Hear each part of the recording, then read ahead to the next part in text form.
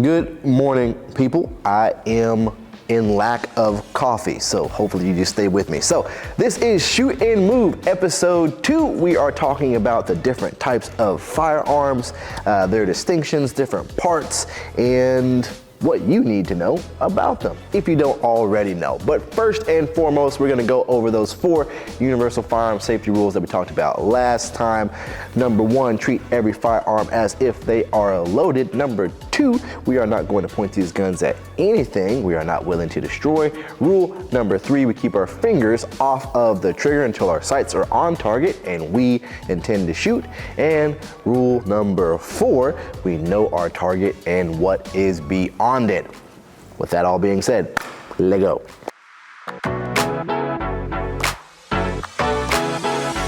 All right, so before we really dive into the weeds of the different types of firearms, all that kind of stuff, I feel like I would be doing you guys a disservice if I did not talk about bullets just a little bit. I'm not a mad scientist and all about ballistics like some people. I just know the very, very basic details of bullets, and calibers, which all of you guys have probably heard of before, is the common terminology. So what is caliber? Well, in layman's terms, caliber is the diameter of the inside of the barrel. And so by extension, we also talk about the caliber or bullet size. Think of it kind of like shoe sizes for your bullets, right? So in going into like a little minute details, we're talking about, once again, the diameter of the round itself.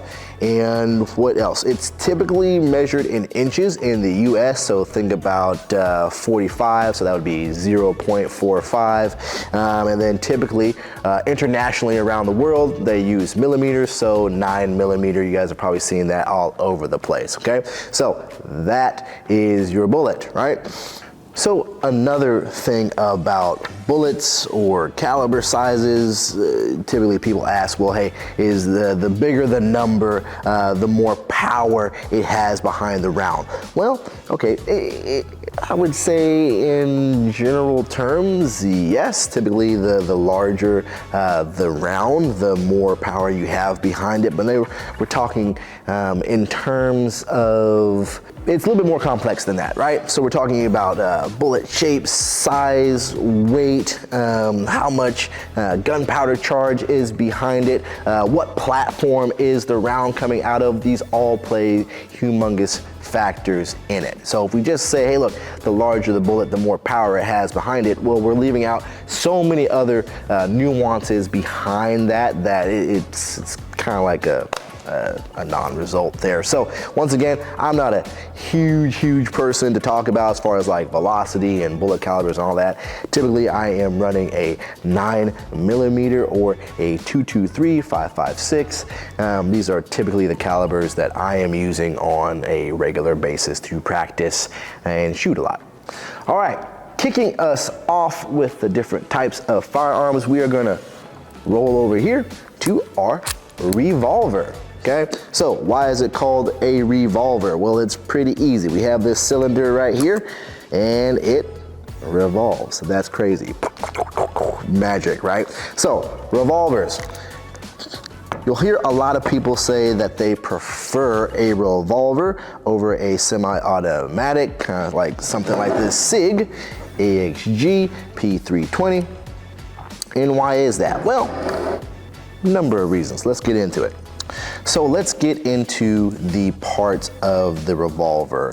In terms of simplicity, they are a lot easier to operate than a semi-automatic firearm for some people. First and foremost, we have our barrel.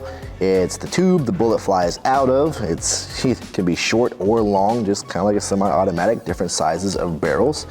And then of course we have the cylinder. It is the spinny part that holds the bullets, right? Like how I use the scientific terms there. Think of it kind of like a tiny 6 round magazine for your ammunition, right? Or it could be 5 rounds, or it could be 8 rounds with some of the more modern day revolvers that are out there. And so you load each round into its own cylinder. And like I said, the cylinder revolves. So that's where you get the term revolver from. Then we have the frame. It is the body or the skeleton of the gun. It holds everything together. It's kind of like the chassis of your car. Then we have the trigger, of course. You guys all know what the trigger does, but it could be in a couple of different actions. What do I mean by that? Well, it could be a double action revolver. So that means pull on the trigger, cocks the hammer, and then the hammer goes forward and it fires. Or it could be a single action, which means you only have to cock the hammer manually and before pulling the trigger. So there's only one action, which is you squeezing the trigger. Then we have the hammer. That's the part that smacks the back of the bullet in order to make it go off. So you can see it sticking out of the back of the gun, unless it's a hammerless style. And yes, there are hammerless styles of revolvers.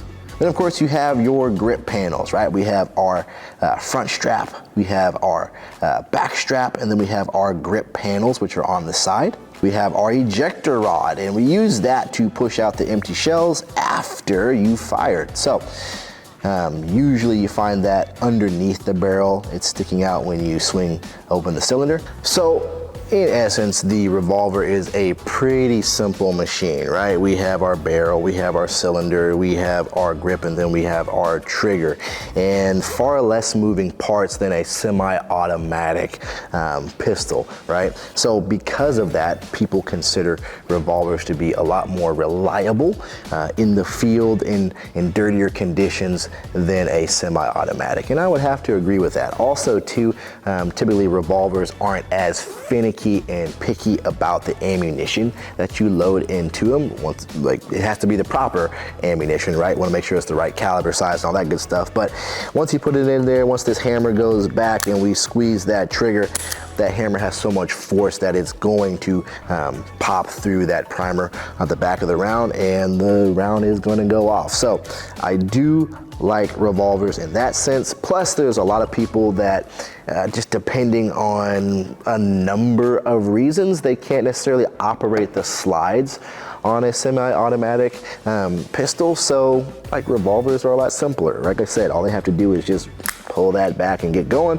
Or if it's a bobtail hammer, they don't even need to operate the hammer. All they need to do is just squeeze the trigger and they are good to go. So something to think about. All right, getting into our semi-automatic buddies over here, I've got a few different options. These are my personal firearms here that I train with, that I compete with, and first and foremost, we'll start off with the Sig AXG P320. Now, super simple. First and foremost, I'm gonna make sure this gun is clear. We are good to go there. Give it a few racks. We got no magazine in there. We are good to go. So we've got some commonalities, but there are also a bunch of differences as well, right? So just like our revolver, we have our barrel, we have our frame, we have our front strap, we have our back strap, we have our grip panels.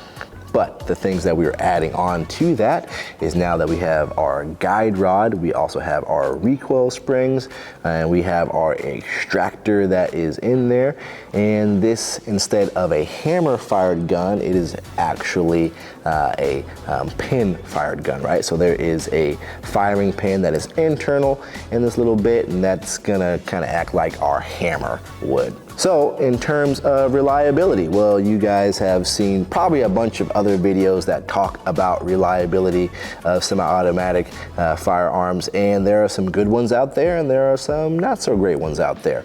As far as dunking these things in mud, freezing them, sandy conditions, wet, all that kind of good stuff, there are some that just run super reliable, kind of like my MR 920, or I got a Glock that's at the house. Those things run like a dream, doesn't matter what condition you put them through.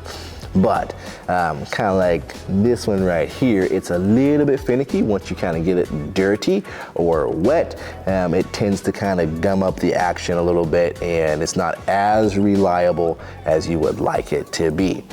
All right, so going over the different parts of a semi-automatic firearm. So we have our slide, which is on top of the frame. The frame is everything below the slide.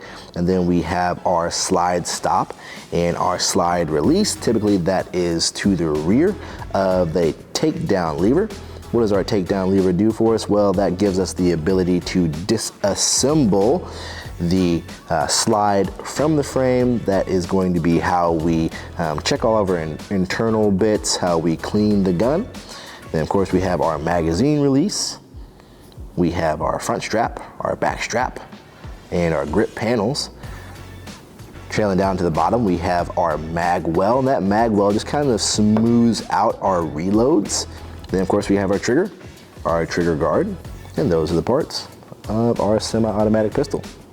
All right, so next we are moving on to our bigger brothers of the firearms. We are moving on to the rifles. Now these are once again my personal rifles here. These are the guns that I compete with or use just on a regular capacity, and they are my favorites. They are my babies. I love these things. So talking about the rifle. Now rifles are kind of interesting. Rifles are a little bit still foreign to me. I don't use the rifles nearly as much as I shoot revolvers or my semi-automatics, nearly as much, but I do know a little bit about them. And so if that's the case, we're gonna be in the same boat. We're gonna be learning as we go through together, okay? So talking about it a little bit. All right, so just like our little brothers, our semi-automatic pistols, we have the barrel, and then we have the upper receiver. So the upper receiver, that is the top half of the gun that holds the barrel. It's got the charging handle. That charging handle is at the very back of it. That's what I'm pulling here. And then of course we have our bolt carrier group.